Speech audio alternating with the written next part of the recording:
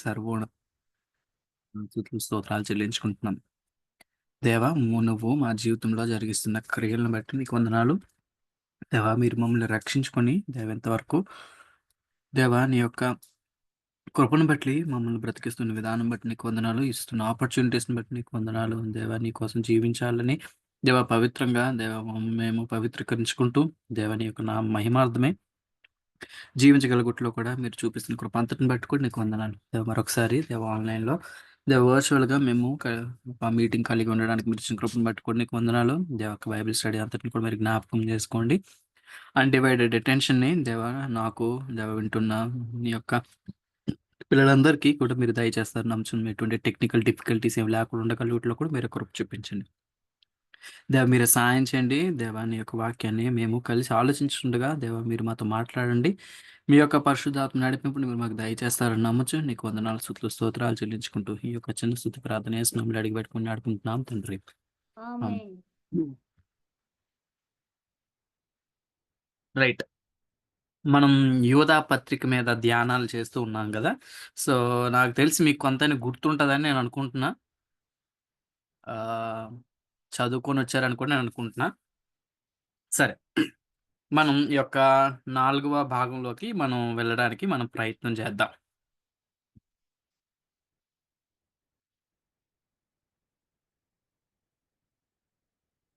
Yeah! చాలా దశాబ్దాల క్రితం అంటే ఇంకా క్విక్‌గా చెప్పాలంటే గ్రీక్ మైథాలజీ ప్రకారం ఆహ్, గ్రీకులు ఆ కాలంలో పరిపాలించేటప్పుడు ట్రాయ్ అనే నగరం ఉండేది. పురాతన నగరం. ఆ నగరాన్ని ఈ గ్రీకులు సంపాదించుకోవాలి అని చెప్పి చాలా ప్రయత్నాలు చేస్తారు. ఆ కాలంలో ఆ కట్టుబద్ధమైన పరిస్థితిలో ఈ ట్రాయ్ అనే నగరం వాళ్ళు ఎవరు పడితే వాళ్ళేం చేసేవారనంటే శత్రు సైన్యాలేమి రాకుండా ఉండడానికి చుట్టూ గోడలు కట్టుకునేవారు.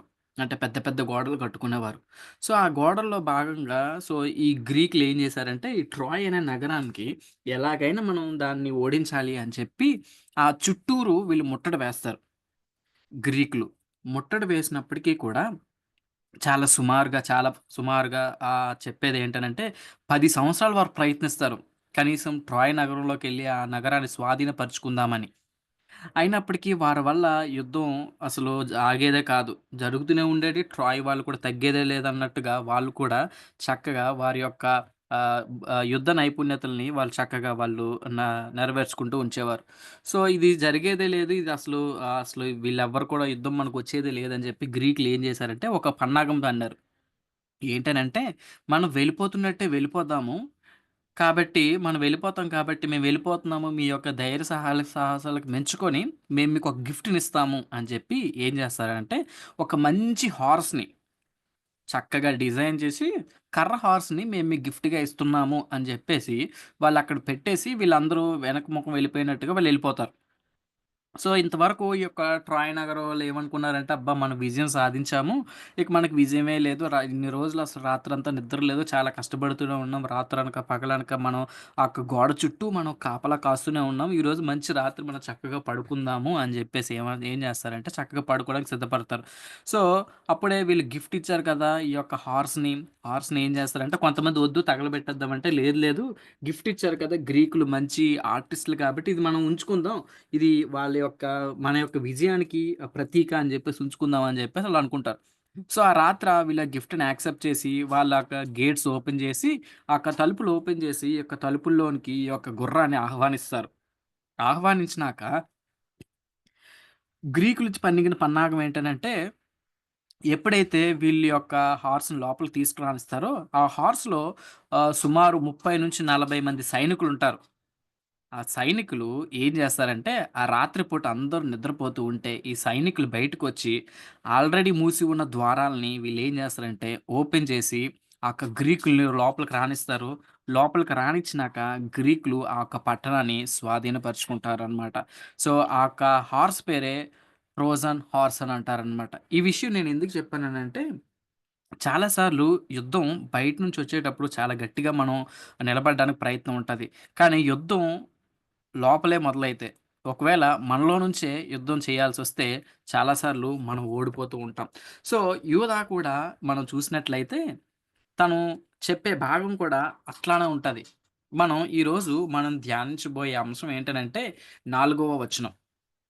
4వ వచనం ఏమని చెప్తుందనంటే యూదా పత్రిక 4వ వచనం, "ఏలయనగా కొందరు రహస్యంగా జొరబడి ఉన్నారు. వారు భక్తిహీనులై మన దేవుని కృపను కామాతురత్వమునకు దుర్వినియోగపరచుచు మన అద్వితీయ నాథుడును ప్రభువైన యేసుక్రీస్తును విసర్జించుచున్నారు. ఈ తీర్పు పొందుటకు వారు పూర్వమందే సూచింపబడిన వారు." యూదా అక్కడున్న ప్రజలకి ఒక కైండ్ ఆఫ్ వార్నింగ్ ఇస్తున్నాడు. మీతో పాటు ఉన్న జనాలు, మీతో పాటు ఉండే విశ్వాసులు, మీతో పాటు ఉండే ప్రజలు, బోధకులు అనుకునేవారు కొంతమంది రహస్యంగా జొరబడి ఉన్నారు. వారెలాంటి వారనంటే భక్తిహీనులై, వారు చేసే పనులు ఇవన్నీ ఎక్స్‌ప్లెయిన్ చేస్తాడనమాట. ఈ వచనం మీద మనం ధ్యానం చేయబోతున్నాం. ఇక్కడ యూదా వాళ్ళకి వార్నింగ్స్ ఇస్తున్నాడు. వాళ్ళ యొక్క వార్నింగ్స్ ఏంటనంటే, మీ యొక్క లైఫ్, మీ యొక్క జీవితం, మీరు జీవిస్తున్న జీవితంలో కొన్ని వార్నింగ్స్ ఉన్నాయి అని చెప్తూ వాళ్ళకి వార్నింగ్స్ చెప్తున్నాడనమాట. ఈ వచనంలో ముఖ్యంగా మనం 3 భాగాలుగా చూస్తాం. ఏంటనంటే, వచ్చేవాళ్ళు లేదంటే ఇక్కడున్న వాళ్ళు ఎలా ఉంటారు? అసలు అబద్ధ ప్రవక్తలు లేదంటే దేవునికి సంబంధించిన వ్యక్తులు ఎలా ఉంటారు అనే చెప్తూ, రెండోదిగా వాళ్ళు ఏం చేస్తారు అనే విషయాన్ని కూడా చెప్తాడనమాట. అసలు వాళ్ళు ఎలా చేస్తారు? ఏం చేస్తారు? అనే విషయం కూడా చెప్తారు. అదే విధంగా వారి యొక్క అంతం కూడా చెప్తారనమాట. వారి యొక్క జీవితంలో వారి యొక్క జీవితం ఎండింగ్ ఎట్లా ఉండబోతుంది అనే విషయాన్ని కూడా ఈ యొక్క యూదా భక్తుడు మనకి తెలియజేస్తున్నాడనమాట. సో, ఒక్కసారిగా మనం ఆలోచన చేద్దాం. ఎలా ఉంటారు అనే విషయాన్ని కోసం మనం ఆలోచన చేసినట్లయితే, వాళ్ళు ఎలా ఉంటారనే విషయాన్ని మనకి ఆహ్, కొందరు రహస్యంగా జొరబడి ఉన్నారు. ఇక్కడ వర్డ్స్ గాని మనం గమనించినట్లయితే యాక్షన్ వర్డ్స్ వాళ్ళు ఆల్రెడీ జొరబడి ఉన్నారు. అంటే ఆల్రెడీ లోపలికొచ్చేసారు. మీకు వార్నింగు ఎందుకిస్తున్నానంటే, మీ చుట్టూ ఉన్న జనాలు మీ సహవాసంలో ఇంకా మనకి వెళ్తున్న కొలది ఈ యొక్క యోధ పత్రికలో సహవాసంలో ఎలా ఉన్నారు, ఫెలోషిప్‌లో ఎట్లా ఉన్నారు, చర్చెస్‌లో ఎలా ఉన్నారని ఎక్స్‌ప్లెయిన్ చేస్తాడు. కానీ దానికి ఇంట్రడక్షనల్‌గా యోధ వాడుతున్న స్టేట్మెంట్ ఏంటనంటే, వాళ్ళు రహస్యంగా జొరబడి ఉన్నారు. రహస్యంగా వచ్చేసారు. మీ యొక్క ఫెలోషిప్స్‌లోకొచ్చేసారు. మీ యొక్క చర్చెస్‌లోకొచ్చేసారు. మీ లైఫ్స్‌లోకొచ్చేసారు. కొంచెం జాగ్రత్త అని వాళ్ళకి చెప్తున్నారనమాట. సో, రహస్యంగా వచ్చేసారు అనంటే, వారి యొక్క పన్నాగం ఎలాంటిదో మనం అర్థం జేసుకోవాలి. ఎందుకనంటే, ఎవరైనా ఈ వ్యక్తి రహస్యంగా చేస్తున్నాడు అనంటే, అది సమాజం యాక్సెప్ట్ చేయదని, లేదంటే ఇతర వ్యక్తులకు తెలిస్తే అది మంచిది కాదని, వీళ్ళని మందలిస్తారని రహస్యంగా చేస్తూ ఉంటాం. మనం కూడా కొన్ని పనులు రహస్యంగా జేస్తాం. ఎందుకనంటే, మనం అది తెలిస్తే బాగోదని, అది తెలిసి అందరికీ తెలిసిపోతే నా గురించిన భావన మంచిది కాదు అని వారి యొక్క ఉద్దేశంలో ఉంటారనమాట. సో, అదే విధంగా ఈ యొక్క యోధా భక్తుడు తన యొక్క సంఘానికి లేదంటే అక్కడున్న చర్చెస్‌కి రాస్తూ ఏమంటున్నాడంటే, మీ దగ్గర కొంతమంది అబద్ధ బోధకులొచ్చేసారు. అబద్ధ బోధకులు వాళ్ళు మీతోనే ఉంటున్నారు. మీలోనే ఉంటున్నారు. మీ యొక్క సహవాసాల్లోనే ఉంటున్నారు. వాళ్ళు రహస్యంగా వచ్చేసారు అని అంటున్నాడనమాట. చాలా సార్లు మనం అనుకుంటాం, ఈ యొక్క అబద్ధ బోధకుల కోసం ఈ వ్యక్తే మాట్లాడుతున్నాడేమో అనుకుంటాం. కాదు, కాదు. మన బైబిల్‌లో గాని మనం చూసుకున్నట్లయితే, యేసుక్రీస్తు ప్రభువారు కూడా వీరి కోసం మాట్లాడినట్టుగా మనకి కనిపిస్తదనమాట. యేసుక్రీస్తు ప్రభువారు మనం యేసుక్రీస్తు ప్రభువారి యొక్క జీవితంలో గాని చూసుకున్నట్లయితే, మొట్టమొదటిగా సెర్మన్ ఆన్ మౌంట్‌లో అబద్ధ బోధకుల కోసం మాట్లాడతాడు. అదే విధంగా వెళ్ళిపోతున్నప్పుడు ఆలివ్ మౌంట్ సెర్మన్‌లో కూడా మాట్లాడతాడనమాట. ఆయన మాత్రమే కాదు, పౌలు కూడా మాట్లాడతాడు. అబద్ధ బోధకులొస్తారు జాగ్రత్త. పేతురు కూడా మాట్లాడతాడు. అబద్ధ బోధకులొస్తారు అని జాగ్రత్త అని. చాలా సార్లు మనం అనుకుంటాం అబద్ధ బోధకుల కోసం మనం ఎందుకంత ఆలోచన చేయాలి? మన దగ్గర బైబిల్ ఉంది కదా! మన బైబిల్ మనం చదువుకుంటాం కదా! ఆళ్ళు చెప్పేది వాక్యంలో ఉంది కదా! అనుకుంటాం. కానీ చాలా వ్యత్యాసం ఉంది. ఒకవేళ మన నమ్మకం గాని తప్పుదయిందనుకో, సత్యం కూడా దాని లెక్క వస్తదని మనం ఎప్పుడు అనుకోకూడదు. సపోజు నా యొక్క నమ్మకం ఏంటనంటే, నేను గాని నా యొక్క చెయ్యిని గాని కోసుకుంటే రక్తం రాదు అని నేను నమ్మాననుకోండి. అది నిజమైద్దా? ఎప్పటికీ నిజం గాదు. ఎందుకనంటే, నేను గట్టిగా నమ్ముతున్నాను కాబట్టి నా చెయ్యి కోసుకుంటే రక్తం రాదు. రక్తం వచ్చినా గాని అది వైట్ కలర్‌లో ఉంటది అని నేను నమ్మాననుకో, అది నా నమ్మకం. కానీ వాస్తవం కాదు. అట్లానే మనం చూసే విషయాలు గాని, మనం వినే విషయాలు గాని, మనం జాగ్రత్తగా వినాలి. జాగ్రత్తగా పరిశీలన చేయాలి అని యేసుక్రీస్తు ప్రభువారు కూడా చెప్తారు. ఏమంటాడంటే, "మీరు ఏం వినుచున్నారో దాని కోసం మీరు చాలా జాగ్రత్తగా ఉండండి. ఎందుకనంటే అవి మిమ్మల్ని ఇన్‌ఫ్లూయెన్స్ చేస్తాయి." మనం ఆ యొక్క విత్తేవాని ఉపమానంలో కూడా మనం చూసుకున్నట్లయితే, ఆయన వినడం కోసం ఎంత ప్రాధాన్యత ఇస్తాడో మనకు అర్థమవుతుందనమాట. సో, యేసుక్రీస్తు ప్రభువారు ముందే చెప్పారు. మనం యేసుక్రీస్తు ప్రభువారి యొక్క టీచింగ్స్ గాని మనం ఇంకా జాగ్రత్తగా పరిశీలించినట్లయితే, యేసుక్రీస్తు ప్రభువారు ఏమంటారంటే, "మీ మధ్యకు కొంతమంది ఆ యొక్క గొర్రె చర్మం కప్పుకొని తోడేలు వలె మీ దగ్గరకొస్తున్నారు జాగ్రత్త" అని అంటాడు ఒకసారి. ఇంకో సందర్భంలో ఏమంటాడంటే, "నేను ఓన్లీ గోధుమలే విత్తాను. కానీ గురుగులు కూడా వచ్చాయి. ఎవరో విత్తారు." అంటే దీన్ని బట్టి మనం అర్థం చేసుకోవాల్సిన విషయం ఏంటనంటే, ఈ యొక్క అబద్ధ బోధకులు ఎట్లా ఉంటారనంటే, ఈ యొక్క అబద్ధ బోధలో జీవించే వ్యక్తులు ఎట్లా ఉంటారంటే, మన లెక్కే ఉంటారు. మనతోనే ఉండున్నట్టుంటారు. మనలాగే బిహేవ్ జేస్తారు. కానీ వారి యొక్క అంతరంగంగా వారిలో తేడాలుంటాయి. అందుకే యేసుక్రీస్తు ప్రభువారు ఏమంటారంటే, "మీరు వారి యొక్క ఫలముల వలన మీరు తెలుసుకుంటారు. ఫలముల వల్ల తెలుసుకుంటారు." అంటే మొక్క వేసి, అది బయటకొచ్చి, అది పండేంత వరకు, అది ఫలం ఇచ్చేంత వరకు మనకు తెలీదు. అది ఫలం మంచి ఫలాన్నిస్తదా? చెడ్డ ఫలాన్నిస్తదా అని. సో, ఆ యొక్క ప్రాసెస్‌లో లాస్ట్‌లో మనకు తెలుస్తది. లాస్ట్‌లో మనకు తెలుస్తది. అది మంచి ఫలాన్నిస్తుందా? చెడ్డ ఫలాన్నిస్తుందా? సో, ఇటువంటి డేంజర్ మన చుట్టూ ఉంది. మన చుట్టూ క్షేమకరమైన పరిస్థితులు లేవు. మన చుట్టూ ఉపయోగకరమైన పరిస్థితులు లేవు. కొంచెం భయంకరమైన పరిస్థితులే ఉన్నాయి. ఎందుకనంటే, అనేక మంది అబద్ధ ప్రవక్తలు మనలో ఉన్నారు. మనతో ఉంటున్నారు. కాబట్టి వారి విషయమై మీరు జాగ్రత్త. వారి విషయమై మీరు జాగ్రత్త. వారి యొక్క సిద్ధాంతాల విషయంలో మీరు జాగ్రత్త. వారి యొక్క థియాలజీ విషయంలో కూడా మీరు జాగ్రత్త. మీరు జాగ్రత్త. ఆర్‌సి స్ప్రౌల్ అనే వ్యక్తి ఏమంటారంటే, ప్రతి ఒక్కరికి వారి యొక్క థియాలజీ ఉండుద్ది. వారిని దేవుడిని నమ్మే విశ్వాసం ఉంటది. కానీ చెక్ చేసుకోవాల్సింది ఏంటంటే, అది గుడ్ థియాలజీయా? బ్యాడ్ థియాలజీయా? అది మంచి దేవుని గురించిన జ్ఞానమా? లేకపోతే దేవుని గురించిన అర్థం చేసుకోవడంలో లోపకరమైన జ్ఞానమా? అని మనం ఆహ్, ప్రశ్నించుకోవాలి. సో, మనం ఇక్కడ ప్రశ్నించుకోవాల్సిన విషయం ఏంటనంటే, మన యొక్క స్పందన ఎట్లా ఉండాలి అనే విషయం కోసం మనం ఆలోచన చేద్దాం. మన యొక్క స్పందన, వారి యొక్క స్పందన గాని మనం చూసుకున్నట్లయితే, స్పందన ఎట్లా ఉండాలి? ఎట్లా ఉండాలి? మన చుట్టూ ఇటువంటి భయంకరమైన పరిస్థితులున్నప్పుడు, మన చుట్టూ ఇటువంటి ఇబ్బందికరమైన పరిస్థితులున్నప్పుడు, మన చుట్టూ ఇటువంటి లోపకరమైన బాధలుండేటప్పుడు, మనల్ని మనం ఎక్విప్ చేసుకోవడం చాలా అవసరం. మొట్టమొదటిగా మనం బైబిల్‌ని చాలా చక్కగా చదువుకోవాలి. జాగ్రత్తగా చదువుకుంటేనే వాళ్ళు చెప్పేది సత్యమో, అసత్యమో మనకు తెలిసిద్ది. ఆనాడు బెరయ సంఘస్థులు ఏ విధంగా అయితే పౌలు యొక్క బోధనలు కూడా పరిశీలిస్తూ వచ్చారో, మనం కూడా ఇటువంటి మంచి అలవాటుని మనం అలవాటు చేసుకోవాలి. ఎవరైనా వాక్యం బోధించేటప్పుడు, వాక్యంలో ఆయన చెప్పేది అది ఉందా లేదా? లేకపోతే ఆయన ఏదో కల్పించి చెప్తూ ఉన్నాడా? లేకపోతే ఆయన ఏదో స్వంత ఉద్దేశ్యం కోసం చెప్తున్నాడా అనేది మనం జాగ్రత్తగా చూసుకోవాలి. కాబట్టి మనం బైబిల్‌ని చదవడం మాత్రమే కాకుండా బైబిల్‌ని రీసెర్చ్ చేసేవారుగా ఉండాలి. అంత మాత్రమే కాదు, రిసోర్సెస్ కూడా మనకు చాలా ఉన్నాయి. చాలామంది మంచి మంచి దైవజనులు రాసిన పుస్తకాలున్నాయి. చాలా మంచి మంచి దైవజనులు రాసిన ఆడియోస్ ఉన్నాయి, వీడియోస్ ఉన్నాయి, మంచి మంచి యూట్యూబ్ ఛానెల్స్ ఉన్నాయి.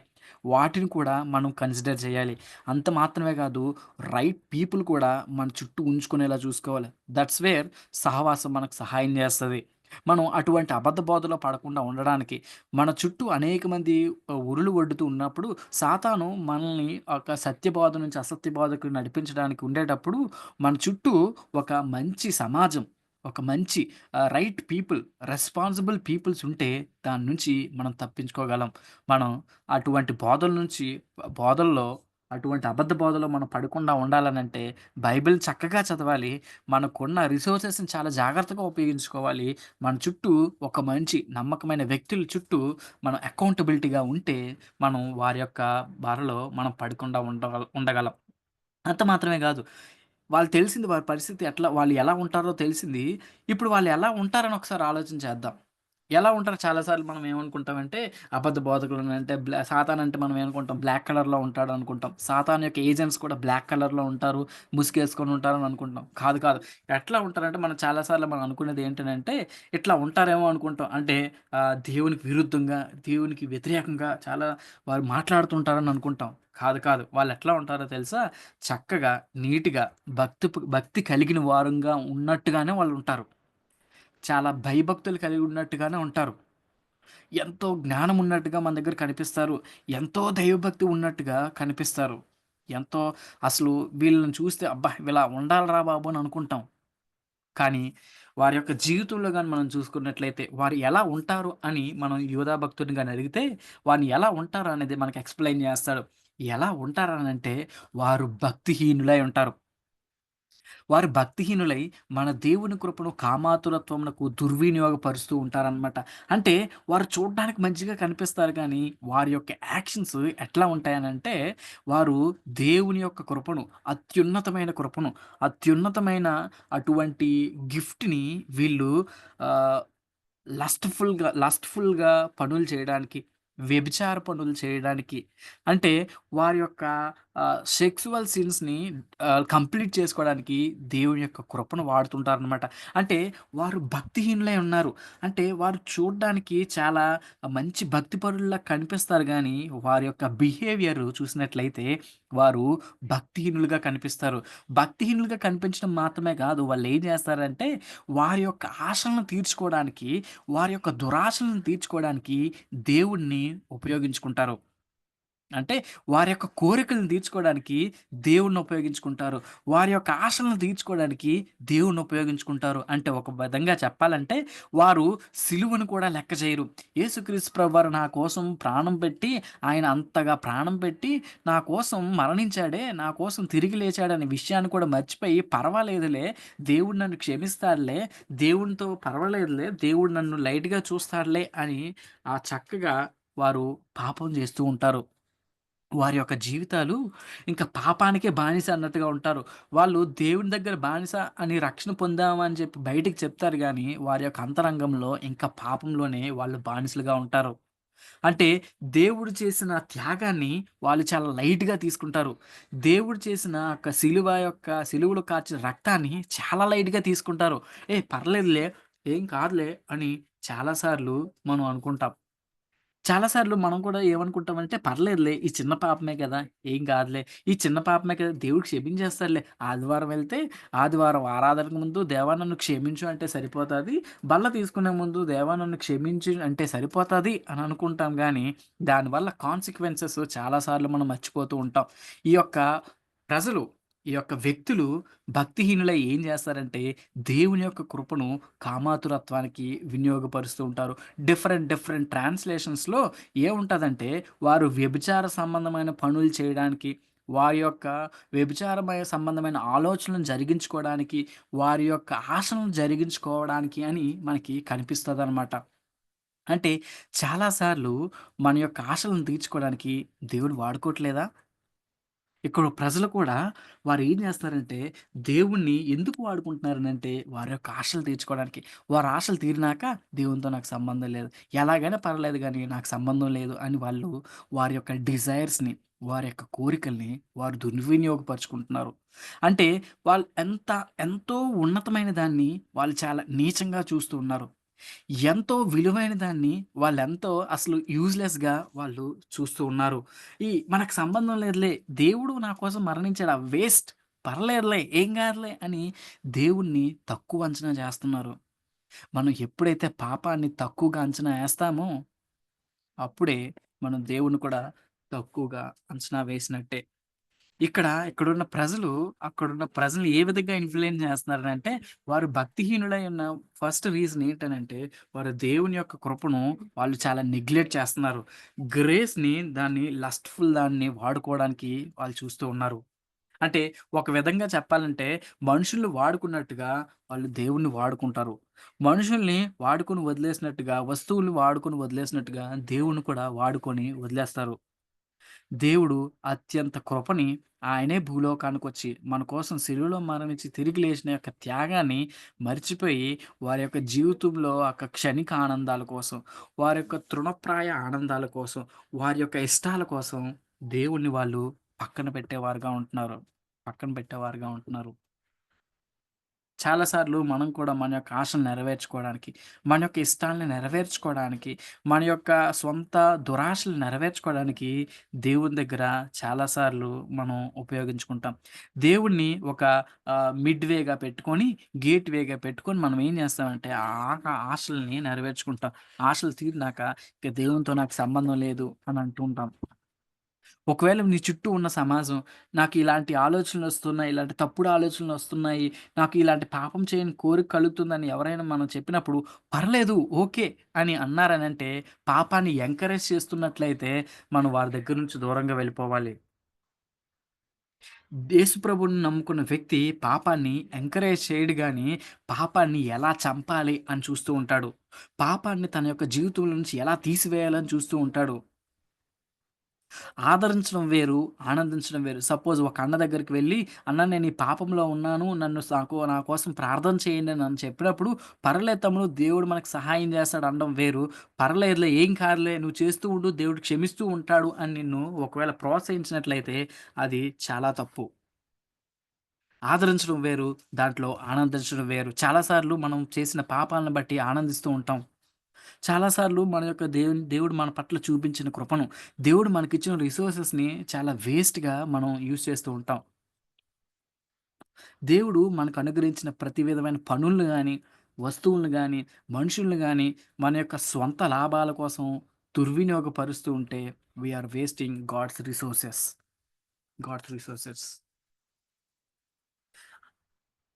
అంత మాత్రమే గాదు. ఇంకా ఏం జేస్తారంట మన అద్వితీయనాథుడగు ప్రభువైన యేసుక్రీస్తును విసర్జిస్తారంట. విసర్జిస్తారంట. Rejecting the God's authority. ఇంతవరకు దేవుని యొక్క కృపను వాళ్ళు లెక్క చేయలేదు. ఇప్పుడేం చేస్తారంటే యేసుక్రీస్తు ప్రభువారినే లెక్క చేయట్లేదు. ఎవరైనా రక్షణ పొందితే యేసుని మనం ప్రభువుగా అంగీకరిస్తాం. దేవా! నీవే నా జీవితంలో రాజువి. నా జీవితంలో జరిగే ప్రతి పరిస్థితులకి నీవే ప్రభువి. నువ్వేది చెప్తే అది నేను జేస్తాను అని చెప్పి మనం దేవునితో నిబంధన చేసుకుంటాం రక్షణ పొందినప్పుడు. కానీ వీళ్ళేం జేస్తారనంటే, వీళ్ళు నాకవసరం లేదు. దేవుడా! యేసుక్రీస్తు ప్రభువారా! నాకవసరం లేదే. నాకు సంబంధం లేదు. నా ఆశను నేను తీర్చుకున్నాను చాలు. ఇంక నా దేవునితో నాకు సంబంధం లేదు. దేవుడు నాపై అధికారం చెలాయించాల్సిన పని లేదు. దేవుని చిత్తం చేయాల్సిన పని లేదు.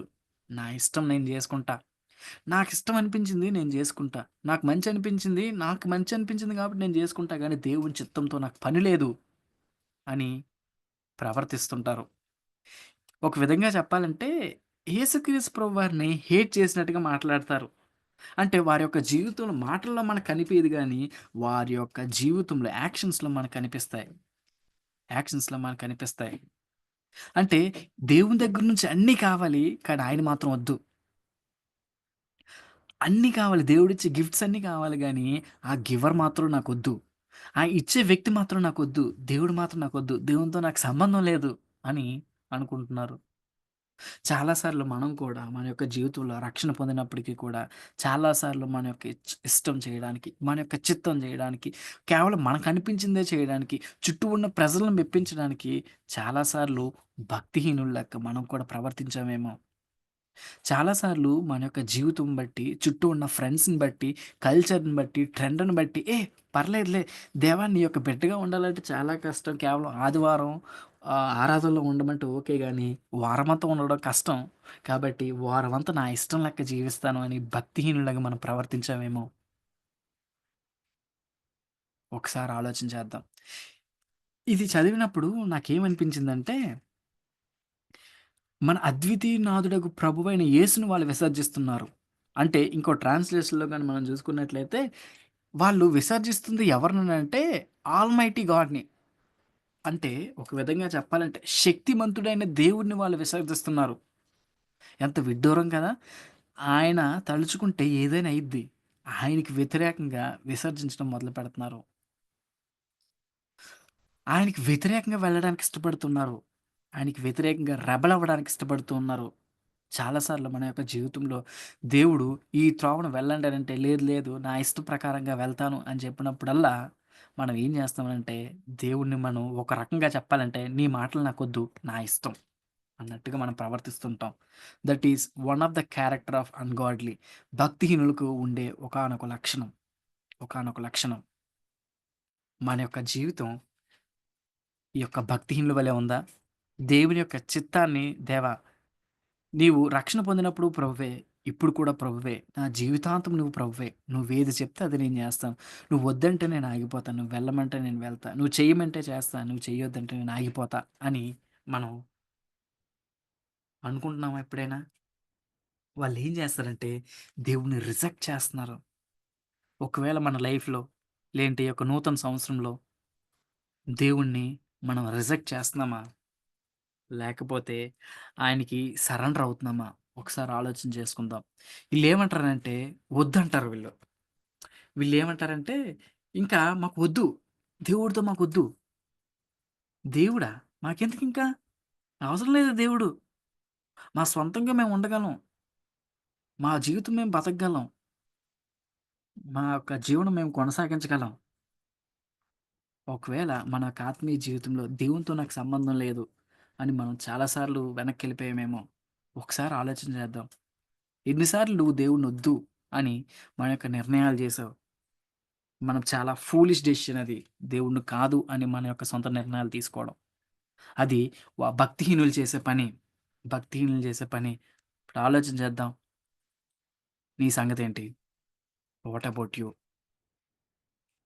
దేవుని యొక్క కృపను కామాతృతకు అంటే నీ యొక్క డిజైర్స్‌ని తీర్చుకోవడానికి దేవుడిని వాడుకుంటున్నావా? వాడుకున్నాక దేవునితో నాకు వద్దు, దేవుడు నాకొద్దు అని అంటున్నావా? నీ సంగతేంటి?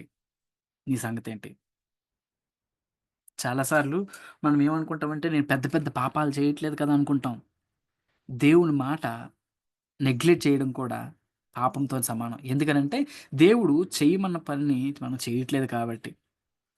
చాలా సార్లు మన యొక్క జీవితంలో దేవుని యొక్క వాక్యాన్ని, ప్రార్థనని, సహవాసాన్ని నిర్లక్ష్యం చేసినప్పుడు, మన యొక్క జీవితాలు మనం గమనించుకున్నట్లయితే డౌన్ ఫాల్ అవుతున్నట్టుగా మనకు కనిపిస్తది.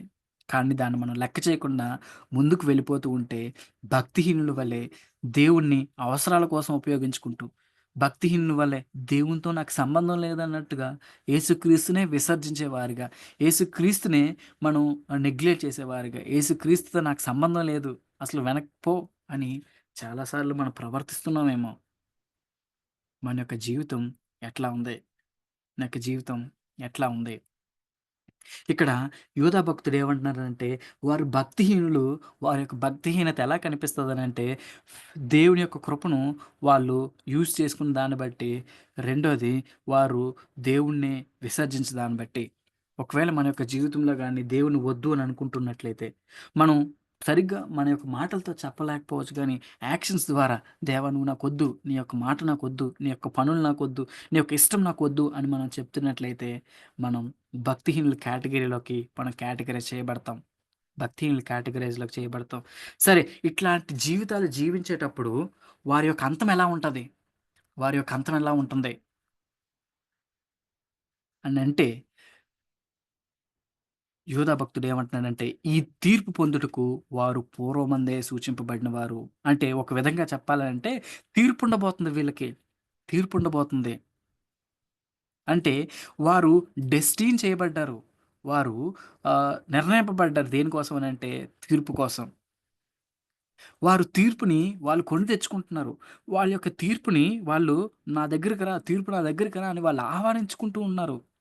ఎందుకనంటే వారి జీవితం భక్తిహీనమైన జీవితం. భక్తిహీనులుగా వాళ్ళు జీవిస్తూ ఉన్నారు. భక్తిహీనులుగా వారు దేవుని యొక్క కృపను చాలా నెగ్లిజిబుల్‌గా యూజ్ చేస్తున్నారు. దేవుని యొక్క కృపను చాలా నెగ్లెక్ట్ చేస్తున్నారు. "ఏయ్! నాకు పర్వాలేదులే, దేవుడు క్షమిస్తాడులే" అనే ఒక యాటిట్యూడ్ వాళ్ళు కలిగి ఉన్నారు. రెండోదిగా వారు దేవుడినే విసర్జిస్తూ ఉన్నారు. దేవుడినే విసర్జిస్తున్నారు. ఇన్ని చెప్పి ఇప్పుడు యోధా భక్తుడు ఏమంటున్నాడంటే, ఇన్ని చేశారు కాబట్టి ఖచ్చితంగా వాళ్ళకి తీర్పు ఉండబోతుంది. ఖచ్చితంగా తీర్పుండబోతుంది. మనం ఎప్పుడైతే మన భూమి మీదకొచ్చామో, మనం ఏదైనా ఒక వెబ్‌సైట్‌లోకెళ్ళి మన యొక్క ప్రొఫైల్ గాని మనం క్రియేట్ చేసుకున్నట్లయితే ఏమంటదంటే, యువర్ ప్రొఫైల్ క్రియేటెడ్. అంటే ఒకవేళ మనం ఏది చేసినా గానీ, ఆ ప్రొఫైల్‌లో అప్‌డేట్ అవుతది. దేవుడు కూడా మన ప్రొఫైల్‌ని ఆల్రెడీ ఓపెన్ చేశాడు. ఆల్రెడీ క్రియేట్ చేశాడు. మనం చేస్తున్న పనులు ప్రతిదీ ఆయన చూస్తూ ఉన్నాడు.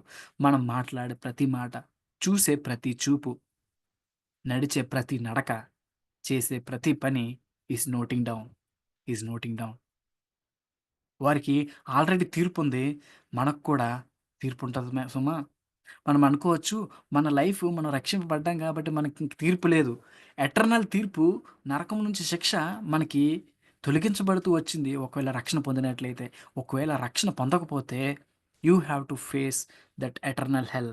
మనం దాన్ని ఎదుర్కోవాల్సొస్తది. ఎవరైతే యేసుక్రీస్తు ప్రభువారిని తన యొక్క సొంత రక్షకునిగా అంగీకరించరో, వారు నిత్యత్వపు తీర్పు అయిన నరకం నుంచి తప్పించుకోలేరు. ఒకవేళ నిత్యత్వపు తీర్పు అయిన నరకం నుంచి తప్పింపబడాలంటే యేసుక్రీస్తు ప్రభువారిని నీ యొక్క సొంత రక్షకునిగా అంగీకరించినట్లయితే, నువ్వు ఆ యొక్క తీర్పు నుంచి విడిపింపబడగలవు.